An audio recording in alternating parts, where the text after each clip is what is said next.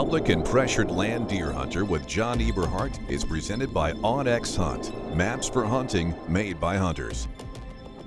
We're on public land, and here's a rub on public land, and there's another one down there. So this is a rub line of probably, my guesstimation would be a 2.5-year-old buck, possibly a 3-year-old buck, but there's no tine marks around the side. There's no tine marks up here from tall tines hitting it, and it's also relatively low. When I'm looking at rubs, I look for rubs, when I'm looking at 3- and 4- 5-year-old bucks, I'm looking for rubs up a lot higher, because as they age, they get taller, and typically their antlers grow taller off their heads, so the rubs are typically up higher, and this one here is relatively low.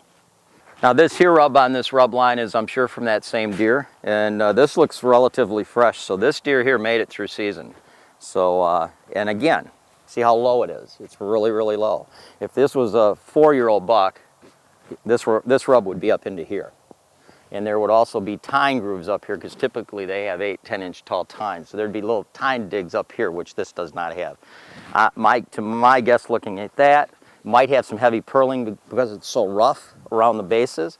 But my guess, that's probably a 14, 15-inch, 2.5-year-old 8-point, somewhere in there, 8 or 10. Public and Pressured Land Deer Hunter with John Eberhart has been brought to you by OnX Hunt, where the pavement ends, OnX begins.